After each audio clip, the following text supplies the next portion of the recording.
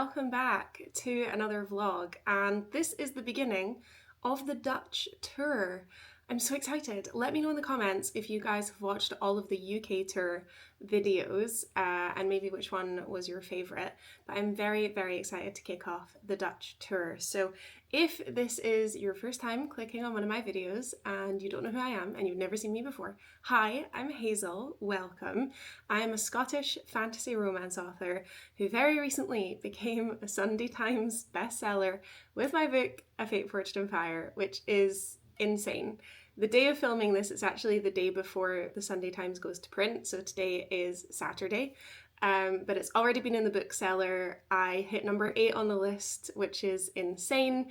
Technically, if we add on the 700 pre-orders that went out too early and didn't count, I would have hit number 6 on the list, which is even more insane. But yeah, now I get to call myself a Sunday Times bestselling author. It's happened. It's crazy. And I cannot wait to meet more readers today. We are heading to Zwolle, which is about an hour and a half, an hour 45 from the house. As always, my wonderful husband, Paul, is driving us there, and our dog Whiskey is going to come along. So we're going to a store called A Lot of Books. And I think in this vlog, we're going to have that event. And then on Monday, I am going to Breda, which is much closer to the house, to do an interview with Romantasy Affairs because I'm actually one of their guest authors at their ball in October. So it's all go, it's all very exciting, and as always, you're going to come with me. We have made it to Zwolle, and this is A Lot of Books. I'm just quickly letting Whiskey stretch his legs. He's actually been really quite stiff and limping for the last few days, which is concerning me a little bit, but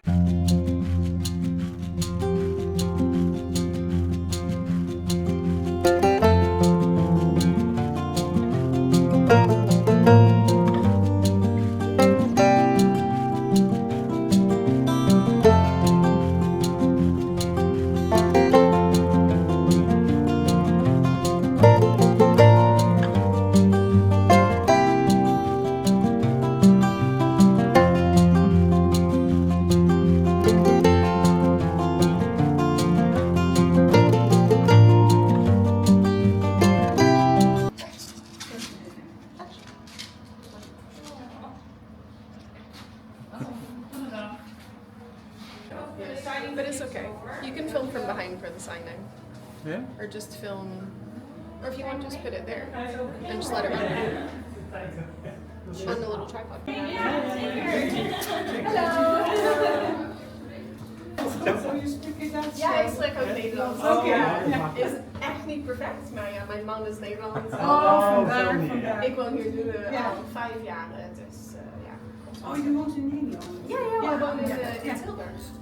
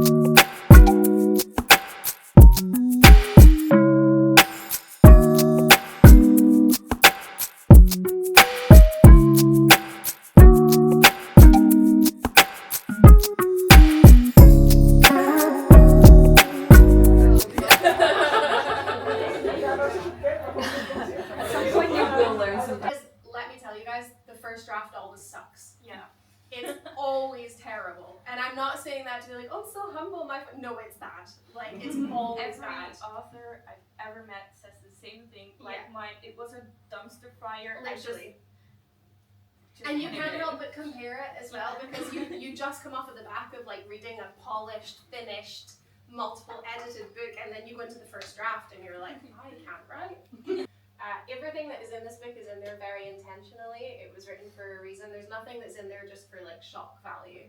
It's not lost on me that I wrote a bisexual female character and we became a bestseller in Pride Month. Like, like I'm gonna cry, like guys. We made the Sunday Times Bestseller list. Like the list will come out tomorrow, and like we will be on it. It's insane. So thank you, everyone.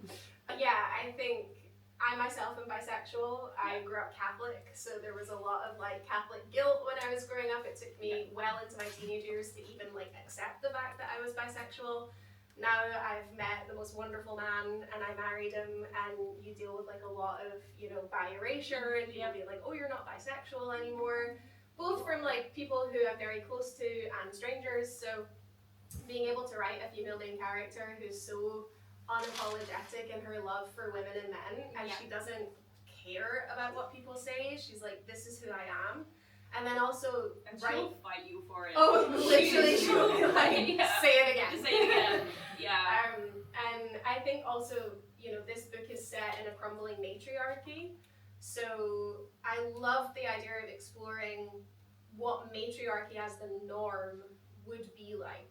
So we hired a proofreader to make sure that we were, you know, doing it properly. So I kind of did my own research and wrote the manuscript and put everything in as I thought it should be.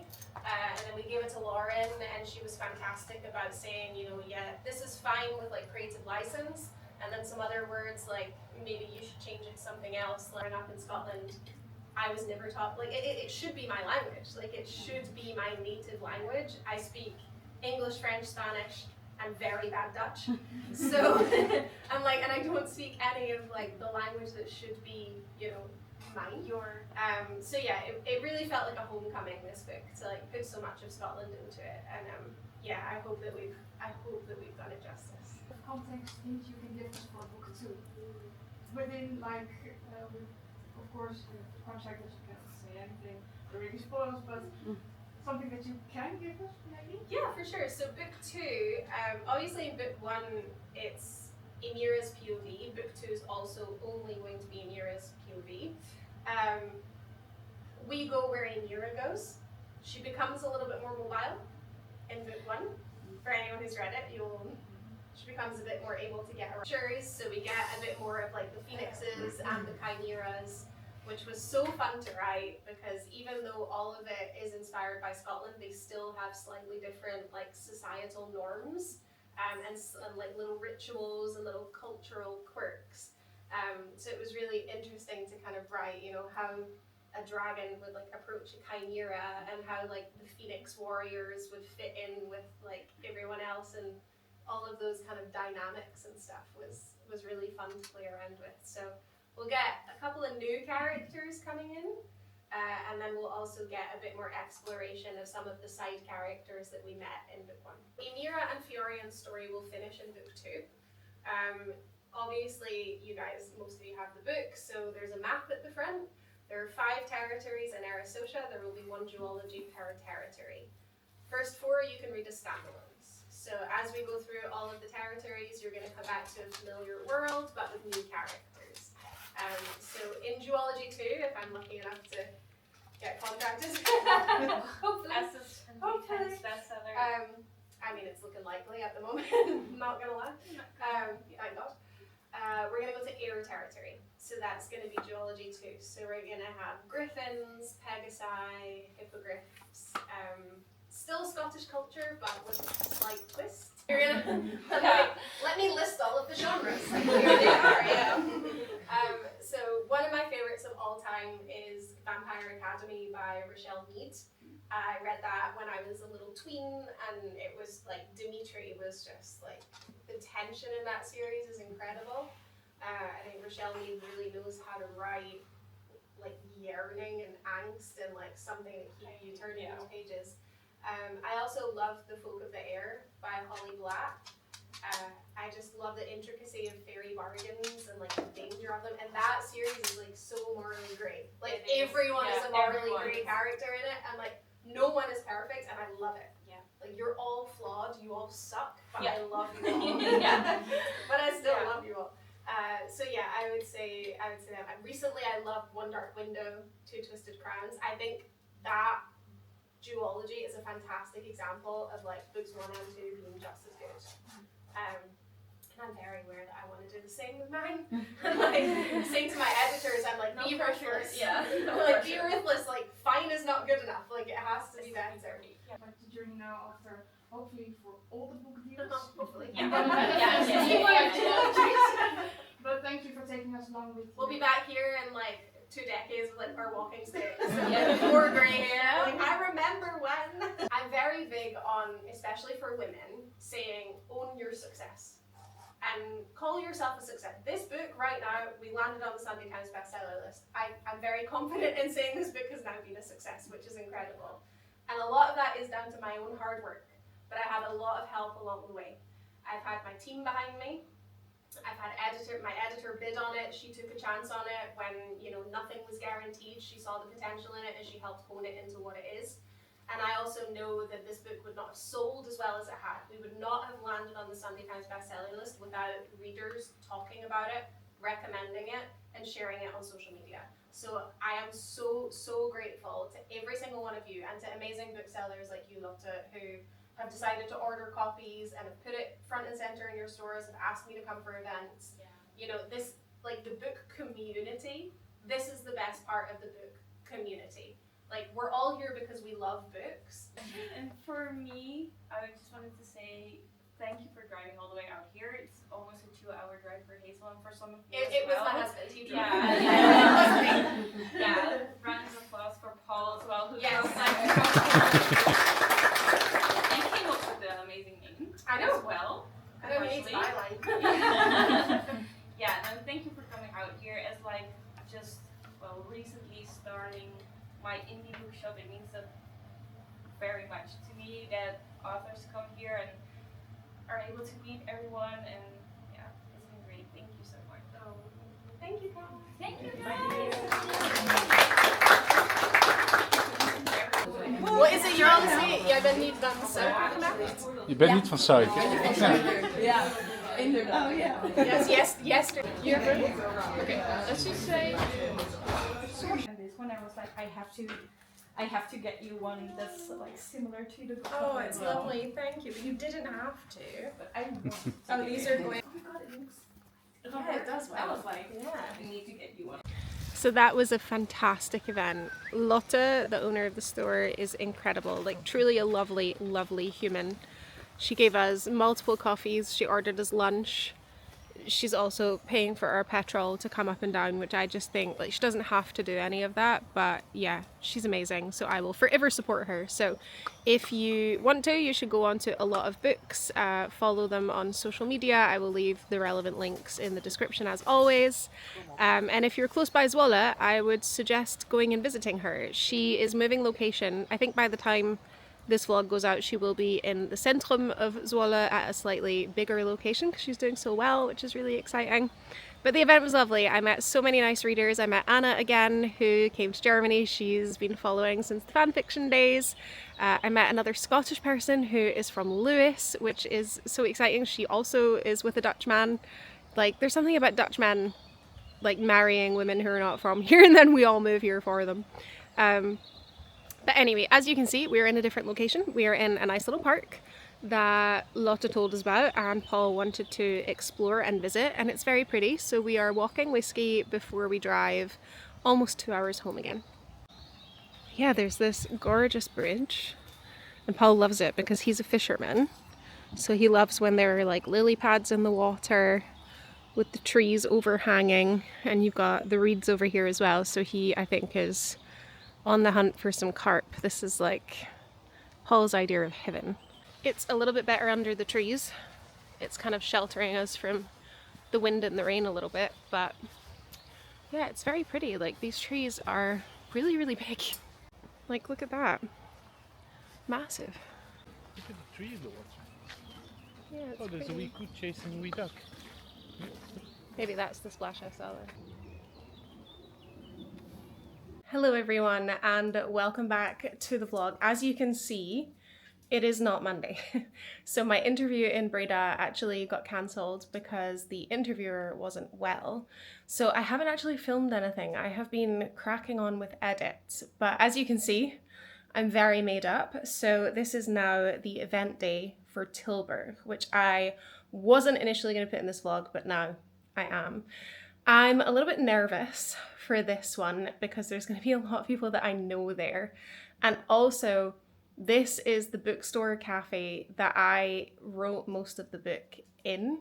So I also know the store really well and the staff really well. And I think I'm just conscious of wanting the event to go well. So yeah, I'm a little bit nervous about it. It's also really warm today. It's like 30 degrees. So I know that they've told me that they've sold 75 tickets, which is a huge number. They do have the capacity for 100. And I think when you add like my friends and family that are coming on top of that, it might be close to 100, which is good. Like that's a great indication, but I actually don't know how many people are gonna turn up now because it's such a nice day. So I guess we'll just see. Whiskey is staying home. He's here. He's staying home tonight because obviously we're not that far away from the house, so he can just stay home. It's also a bit warm for him, so it's better if he just stays in. But I'm really excited for this one. It's Mirelle from Mirelle is Reading who's doing the interview. We've followed each other on social media for years, and we actually met last year in Orlando, weirdly enough. She was also staying at the All-Star Movies, and we managed to quickly say hi to one another. So I'm excited to see her again. A couple of my other bookish friends are going to be there. Paul's coming as always. He's currently getting his hair cut, and then he's going to be home, and then we're going to go. I feel like by the end of this tour, we'll finally get somewhere early instead of like exactly on time. The parking garage we wanted to park in is closed, so we had to go all the way back round, but we're on our way to the store now.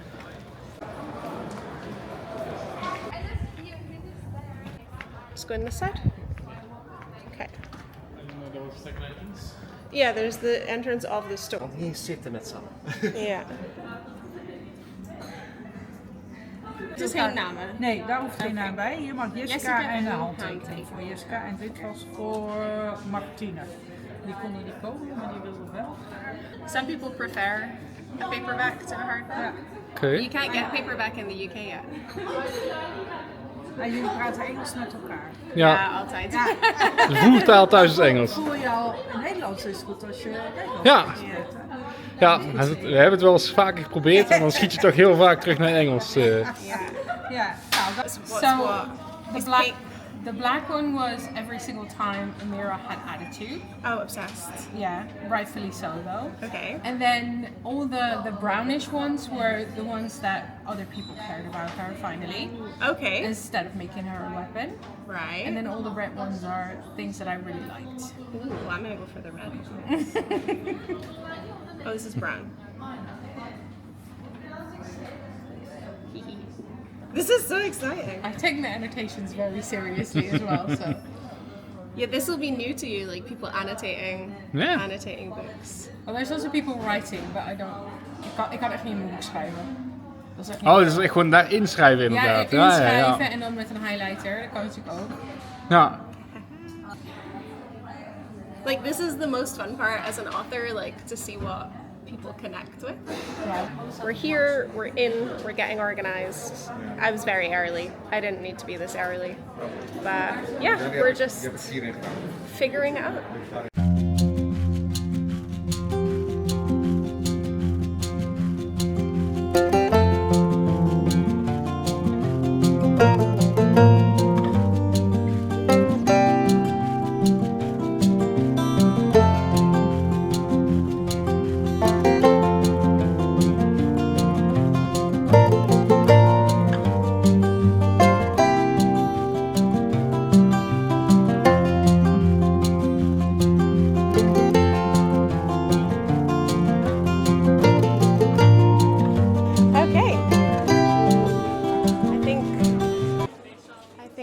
Bring my water over. Water, always helpful. Hello. Hallo, goedenavond allemaal. Ik ben Mirelle. Onder de username Mirelle is Reading ben ik op TikTok en Instagram actief. Ik ken Hazel al best een tijd. En toen ze mij vroeg om een Q&A te doen, om te praten over haar boek, zei ik natuurlijk meteen ja. We hebben vandaag een Q&A, dus dat betekent dat het heel leuk is als jullie lekker actief meedoen. Ik heb ook wat leuke vragen voorbereid. Maar mocht je een vraag hebben, steek gewoon even je hand op en dan zorgen we dat die vraag in ieder geval door Hazel beantwoord wordt. Ja. En we gaan het vandaag in ieder geval in het Engels doen. Sorry. Je verstaat volgens mij gewoon helemaal Ja, ik kan even proberen in Nederlands. If you could spend one day in your book's world, who would be your guide?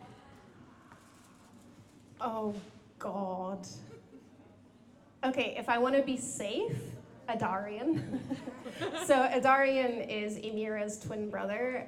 He's a bit more level-headed. I like to imagine him as young Jamie Fraser from Outlander. And he's a really good horseman, so I feel like if he was showing me around, sorry, husband, I would get like only one horse trope, and I'd also get like a really great tour, because he would just know all of the places. So yeah, if I want to remain alive and intact, go with him. If you want to take a risk? Draven. Ooh. Everyone hates him, but I don't know, I have a soft spot for him. Like, wave that red flag in fantasy. Like, that's how I put together my TBR. I'm like, how many red flags can we get in a man? Yes, please. Yeah, I mean, it would be fun, Yeah. but I don't know, it would be dangerous. How do you come up with that? Because I can imagine that that's so complicated.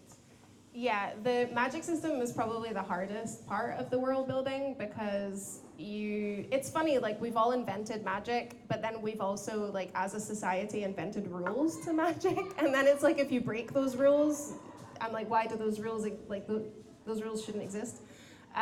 So yeah, a lot of it was trying to figure out, okay, I knew that I wanted them to have elemental magic. So then it was trying to figure out, okay, how do they get that elemental magic? Is it earned or is it given? And then because I was wanting to set this book in a matriarchy, it only made sense that they would worship goddesses. So I was like, okay, so we'll put one goddess per element, and then we'll have the goddesses bless them. I was obsessed with Greek mythology when I was younger, and I love the fact that, like, Greek gods and goddesses are so fickle. And they're not, like, benevolent and all powerful and lovely and kind. Like, they are really horrible. And, like, they just play with humans for entertainment. So even though I went to Celtic folklore to really think about building the goddesses and everything that are in this book, I wanted them to be like that. I was like, I don't want them to be just, lovely and perfect. I want them to, like, mess with stuff. So yeah, they'll bless some people and they won't bless others, and then, it's sometimes one matriline will be favored over another. So you're talking about multiple duologies? Yeah. And this is your debut book. Do you have any contracts for further books? Is it certain that you'll write your next books? Because I'm waiting. Yeah, that's a really good question. So I am contracted for book 2, so you're 100% getting book 2, and I can say that.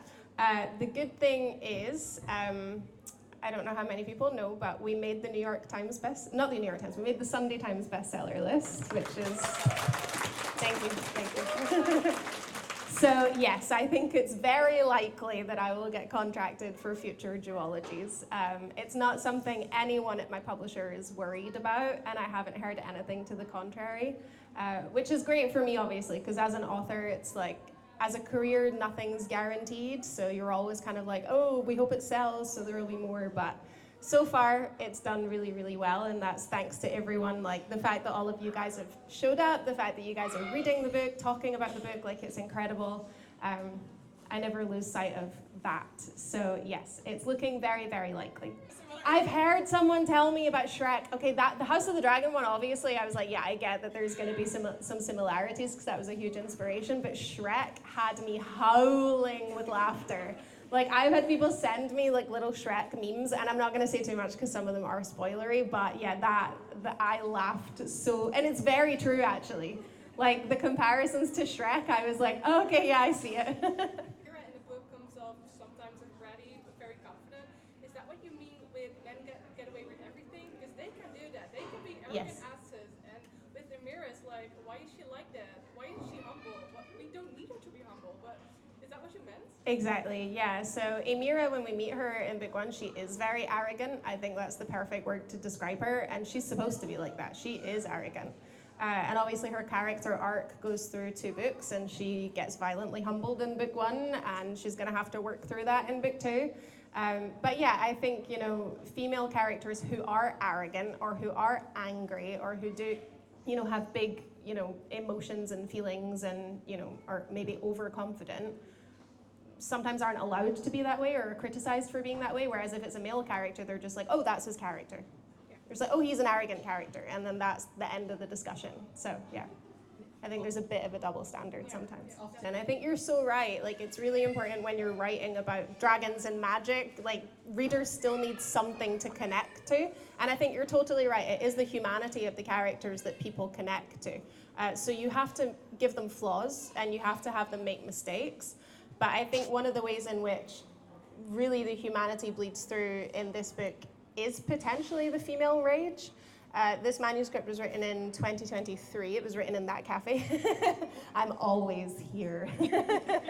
And yeah, it's really sad that it's only gotten more relevant as we've moved through, you know, with regards to women's rights and queer rights and trans rights. You know, I think it's a really sad fact. And yeah, obviously the overarching story is a patriarchal religion moving into a crumbling matriarchy.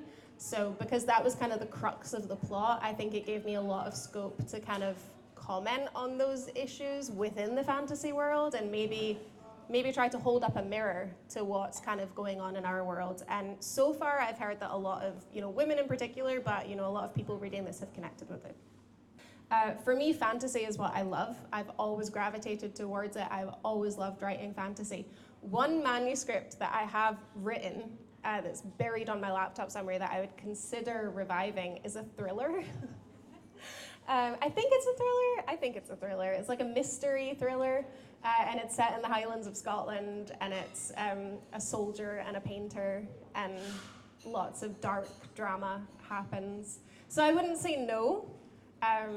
I'd also maybe love to write more paranormal fantasy, so not necessarily high fantasy, but maybe like something that also involves magic but in our world. I think that could be fun. But yeah, I've got a lot of things I want to write, and not enough time, so I don't know how many flat whites the baristas can make me in here, but I was so blindsided by the plot twist that, I mean, I don't think I can guess what you're gonna do. Great, that's so good to hear. So my mum, actually, she's the best person to like guess twists. Like, she's the worst person to watch movies or TV with, because like she'll just come out with that halfway through and you're like, great, we might as well not finish watching this now. And she didn't guess it. She got right to the end and she was like, oh my God, I didn't see that coming. And I was like, well, I can retire. I think editors is like the true answer, because obviously right now I'm going through edits of book 2, and it is a bit of a mess. And sometimes you really do need like an outside perspective for someone to be like, this isn't working, or I don't understand why he's doing this, or I can see what you're trying to do, but maybe it's better to like do it this way or make this clearer.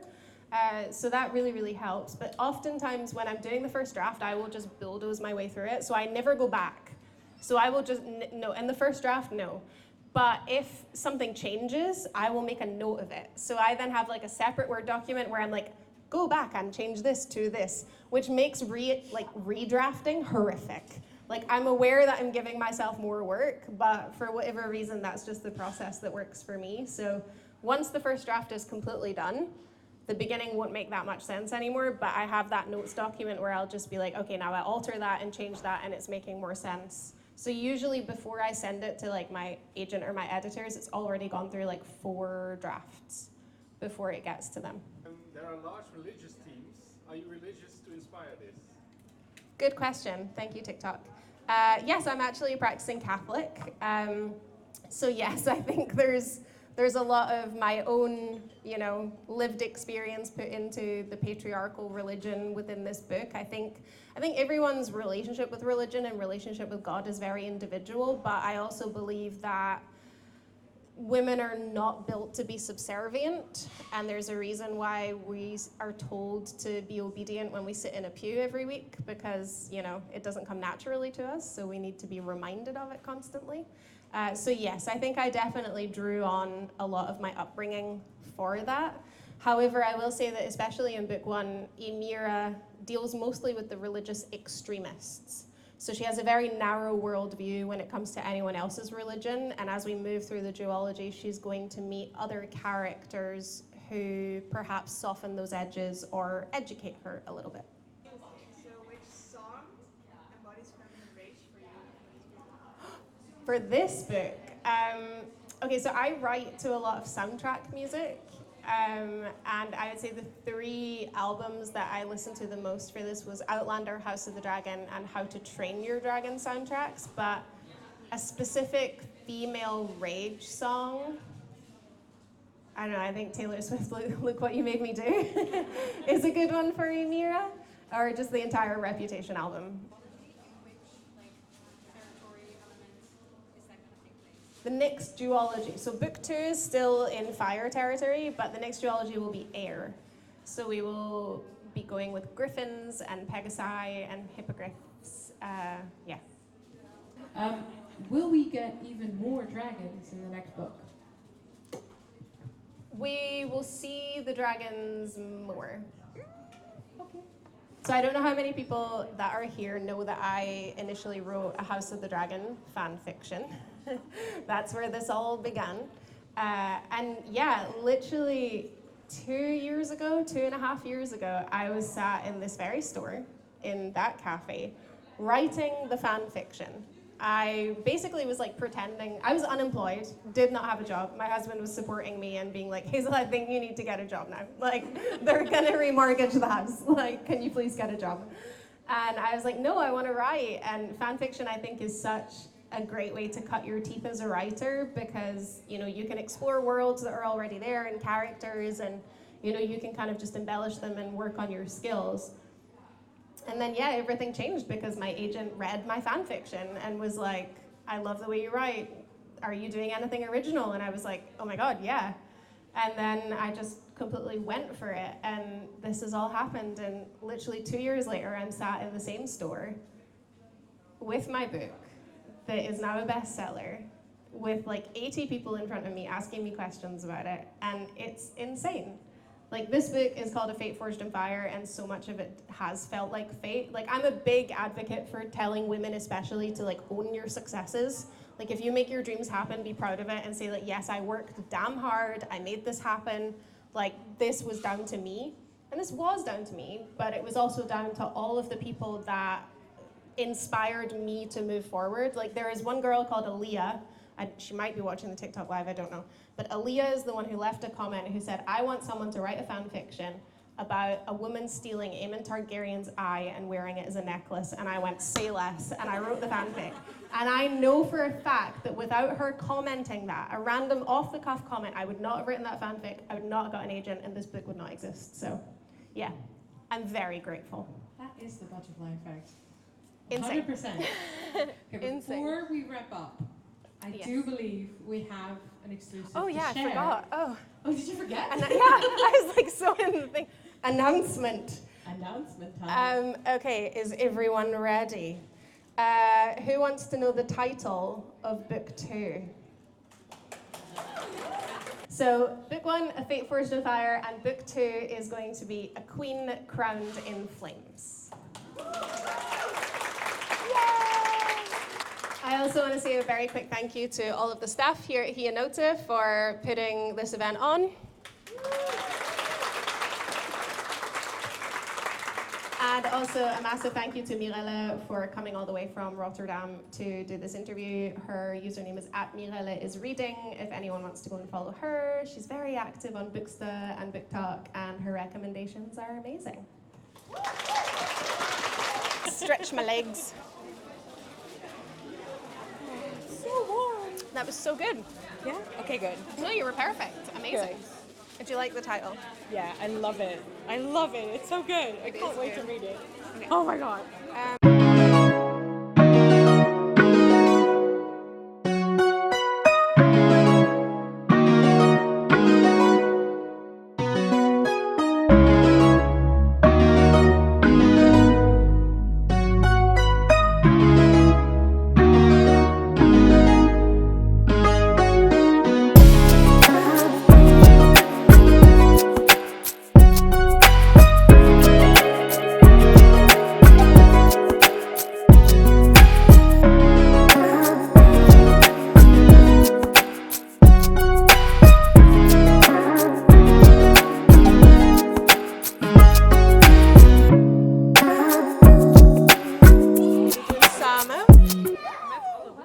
Are they signed?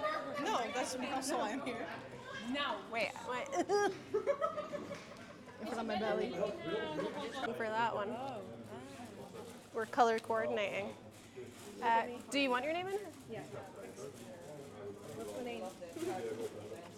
Emily. Thanks. This is for you. No, it's mine. That's for you. I just love you that much. What? I did bring you like a kilo of mini eggs. Yeah, good point. I know. They're already open. No, my mom literally, like, she's like, Emily likes mini eggs. I'm gonna get her. Here's a kilo of mini eggs that I got from Costco. Hallo Juna! Heb jij een boekje? Wat is dit? Heb jij een boekje? Oh, dankjewel. So I'm allowed to write in the book, but no one else is. You're not allowed to write in the book. Okay? Giving a bad example. Wat is dat? Zijn boek. What's dit? Een draak. Wat is dat? Een draak. Ja. Wat doet een draak? Goed gedaan. Thank you. I hope you enjoyed it and had. Did you have a drink? I don't know. Did you have a drink? Hi. How are you? Good. I'll say. Can I get a picture with everyone as well, though? Come here. Come here. Did you have fun? Yeah, Yeah. it was nice. I mean, I haven't read the book yet, It's all right. You got time. You got time. but I'm going. It's all right. Go. Go enjoy yourself. Make an Instagram. Thank you.